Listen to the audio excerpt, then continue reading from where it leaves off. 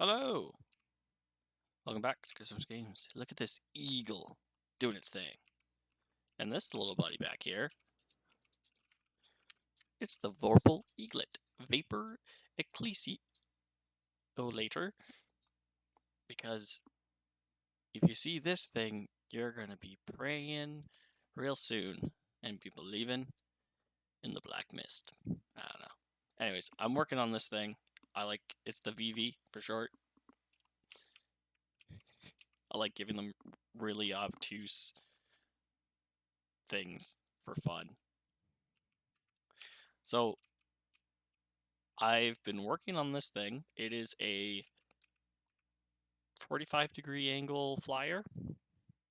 And boy, can I tell you that it is extremely annoying to build one of these because you have to go breadboard like mad. Let me just show you some of the breadboard.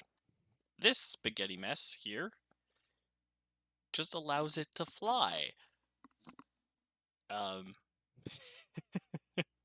And turn. If it needs to go somewhere, it turns. So it basically has to roll 45 degrees in order to yaw at all. And I still have a lot more to work on. I have this custom propulsion editor that I haven't worked on yet, because this thing's controlled basically by vector thrusting. It's got 3 thrusters on it. Vector thrusting, it's got left and right yaw and pitch. And I probably need to control the yaw depending on the angle as well, just so it's a little bit smoother. Because I'm going to let this thing go in a minute. I do have an invincible mode, but after I talk about this for a little bit. I've been working on this for a few days now, because having this thing fly properly is just a nightmare. Let's go into build mode.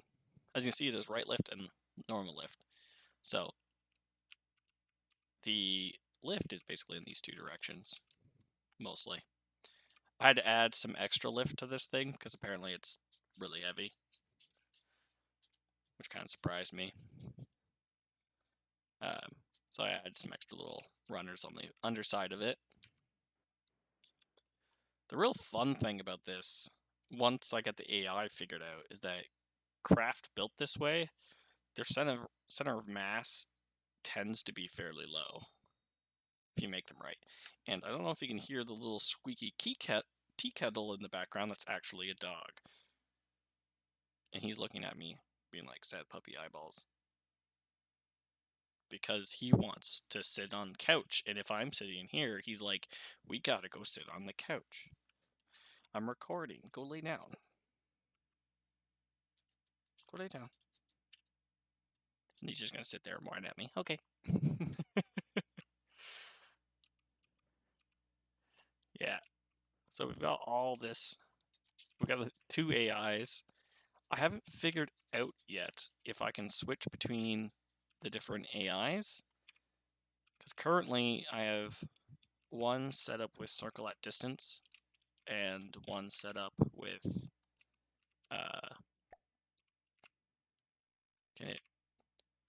let me just unpause this. There we go. AI mainframe with the attack run with flyover. I would like to be able to switch between the 2 AIs. They're both active in quotation marks right now. So I don't know how it picks which one to do. Oh, I need to do. This needs only to be like 400. We get under 400, we can do the attack run. I don't know if it'll switch automatically since they're both active technically.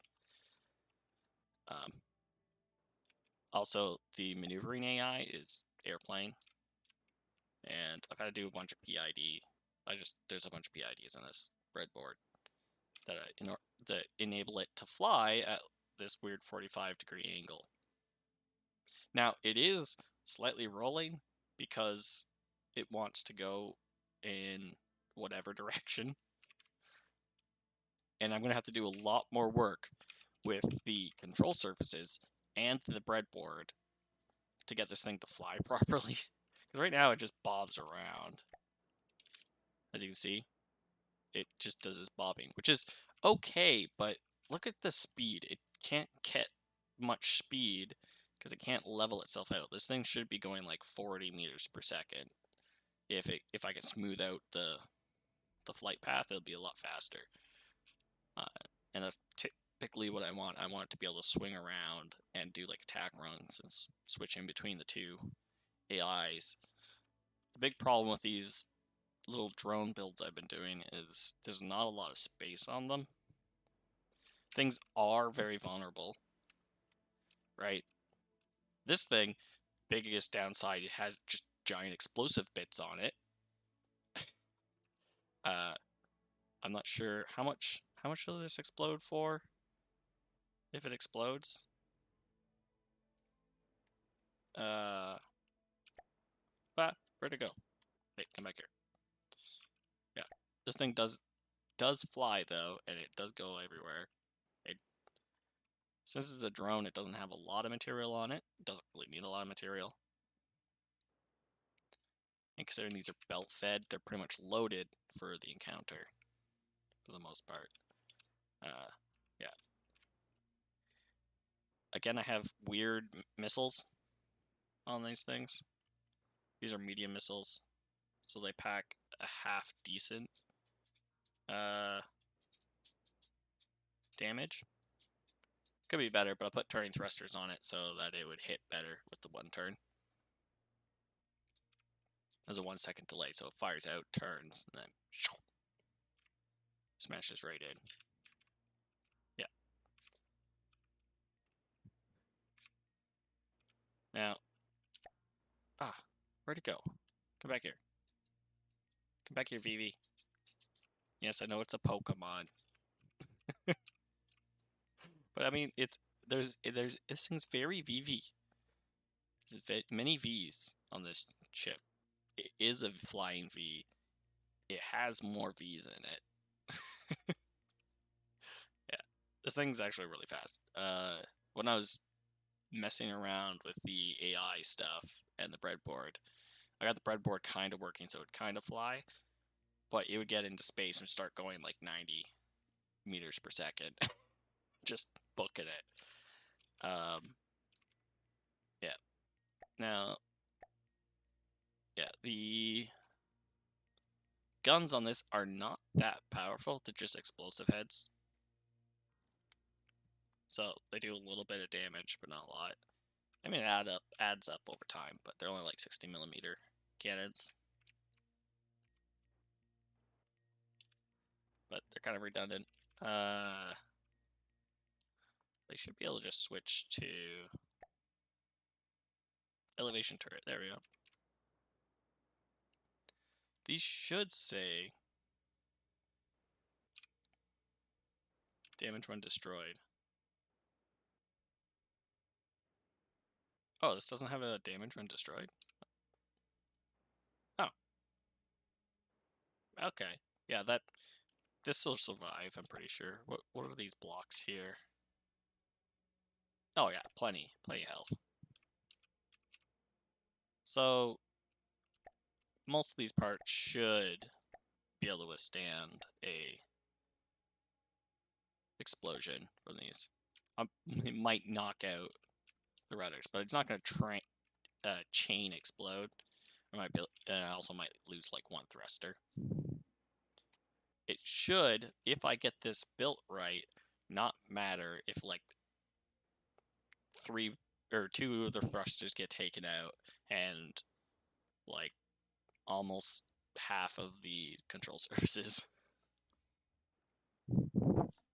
But it's going to take a lot more programming in order to get it right. And I still haven't decorated this thing yet, so it's not even close to being done. This is basically just bare bones right now. I am going to make these turrets look a lot smaller by using mimics. Basically turning a bunch of the parts basically invisible, so it looks a lot nicer. I kind of was inspired by Star Wars. I've been playing a lot of Battlefront lately, so it's inspired by their little drone ships and stuff, like the Vulture and whatnot. So I wanted to make something that looked a bit like lasers. That's why they have tracers. invisible tracer. It's a nice red color. Could have made it green, but I decided to go with red. Make it nice and Sithy for no particular reason.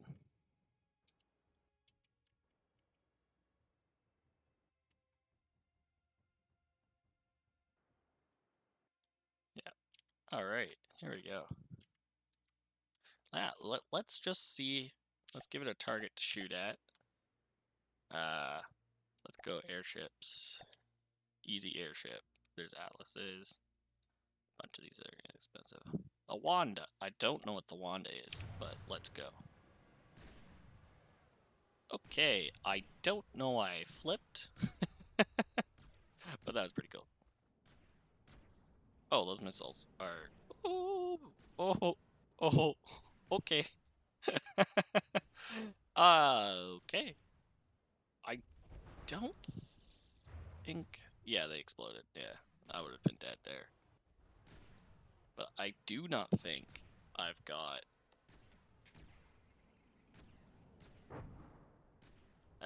evasion on this AI, so... This is it just dodging from being a squirrely freaking thing.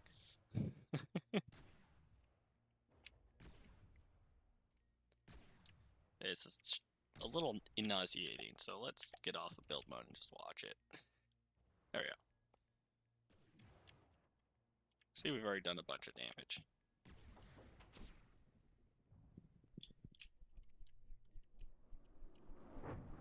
Now, I don't think that's 500 meters. It's supposed to be trying to maintain 500 meters, but I don't know if it's doing it right.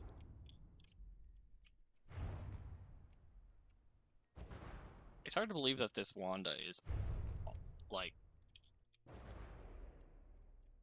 basically the same price as my vehicle.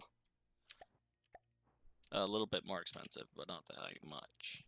It's only like 6K more expensive.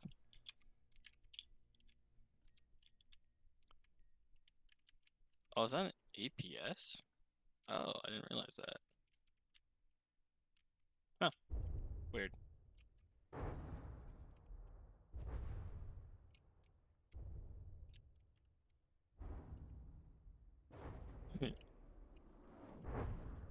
Even though I'm bouncing up and down, those are hitting fairly often.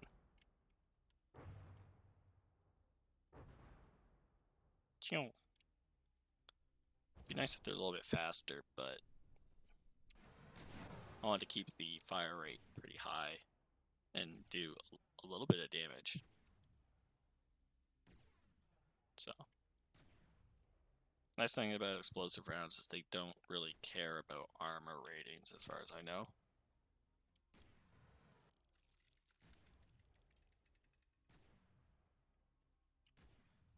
I think I've kind of gone with a theme for the drones, is that they're all like explosive damage, basically.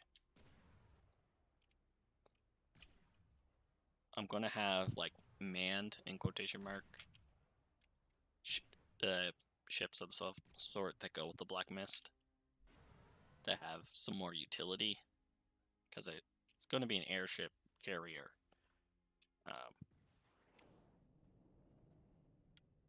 But I think I'm going to have to give them like sonar buoys and that jazz. All the drones, again, have radar. So shaft emitters will mess up the accuracy on all of my ships, including the Black Mist. It's interesting that it does that weird U-turn, it runs away. I'm not really certain what that's about. Or that there. It's a little weird. Oh, is that the secondary AI messing up? Oh, let's do 15 seconds then. I don't know.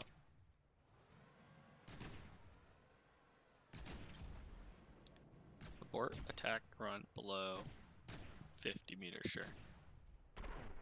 I'm gonna put that at 15 seconds.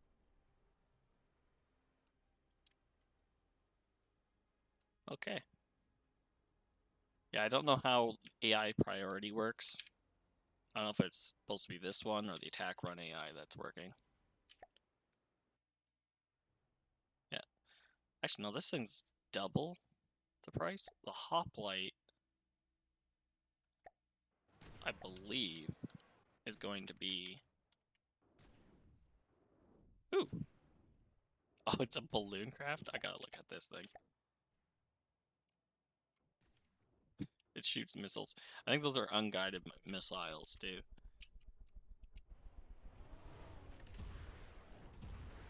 Yeah, they're unguided. Oh, that's a cute little ship. Airship. Oh, that's super cute. I like it. Way to go. Deepwater Guard is one of my favorite factions in this game. Just because they're so goofy. They got such fun, like, propulsion methods and things. I mean, it's mostly steam. Ooh, that probably would have killed me there.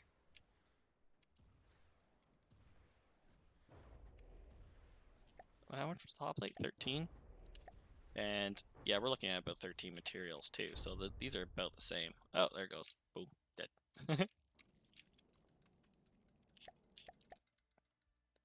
What's the firepower? 9? My firepower, total firepower is only 6. Okay. Got 3.3 in missiles and 3.36 in APS. Okay, not bad.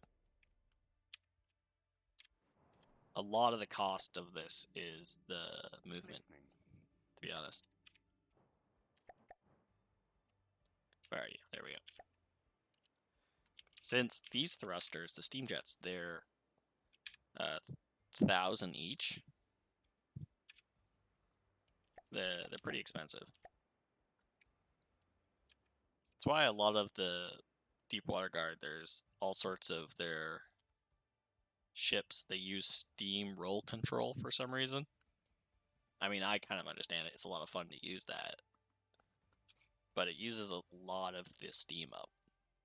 But if you're using them through a piston already, using up the steam with steam jets makes sense. So you're getting more efficiency out of your steam pistons and things by using steam jets as well for things like roll control. As long as they're being used enough that you're actually using up enough steam that you're generating enough energy. Or sorry, not energy. You're generating enough kinetic energy to create power with the steam systems. So you get a little bit more efficiency out of your steam. So these things aren't very efficient. They're using, this thing uses like what, 1 material per second, something like that. I should say top speed right now 38. It's saying he's using per second 0, so it's under 1, I guess. So that goes. Max altitude out of play 357 meters. This thing can just fly into outer space, but it's gonna try not to. Gravity, air density at altitude. All useful information.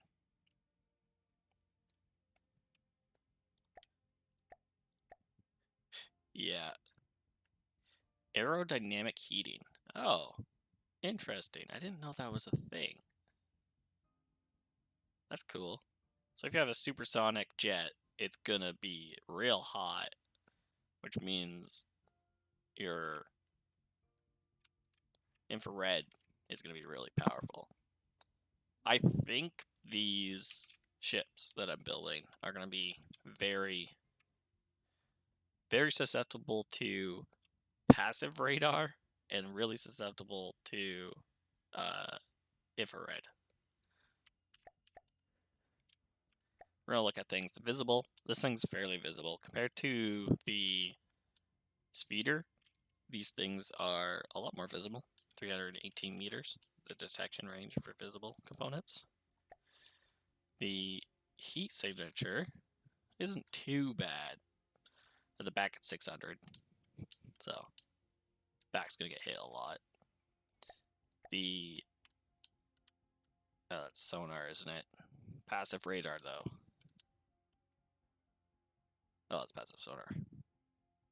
Radar detection range. Half decent too, because this thing's not particularly flat. The front is not too bad because there's a lot of sharp angles on the front. Probably could reduce it more by putting a little extra on the front, and maybe reduce it on the back by putting some extra on the back. But for now, that's what it is. And, oh, our radar's not too bad as long as we're not facing them. As soon as we're facing them, though, oh boy. Let's spawn another hoplite, because that was fun fighting those. Okay. So it only is the active radar that will trigger. Okay, interesting. Did I already kill that hoplite? Okay. Is what it is. And what's this? The wireless detection range? Basically nothing. It's interesting. If you want to make stealth vehicles, you definitely want to go through all this. I still haven't figured out how to turn off certain blocks, because I've been trying to make more stealth craft that use purely battery power when they're in an engagement. And then when they're out of the engagement, they just use engine power and such to recharge batteries.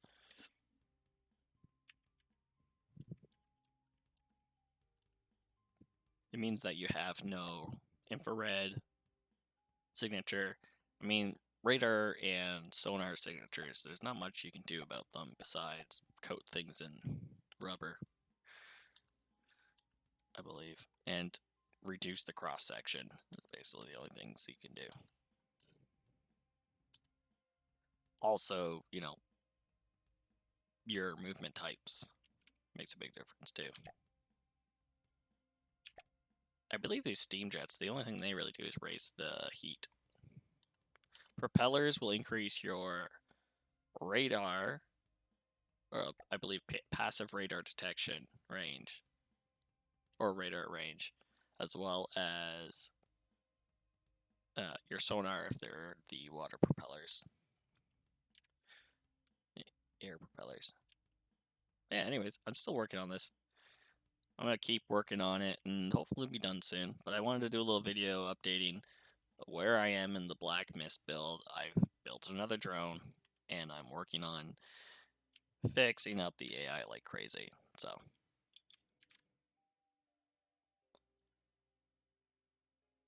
I hope you guys enjoyed, and I'll see you guys soon with another update on this build once it's decorated and, the breadboard's smoother and such.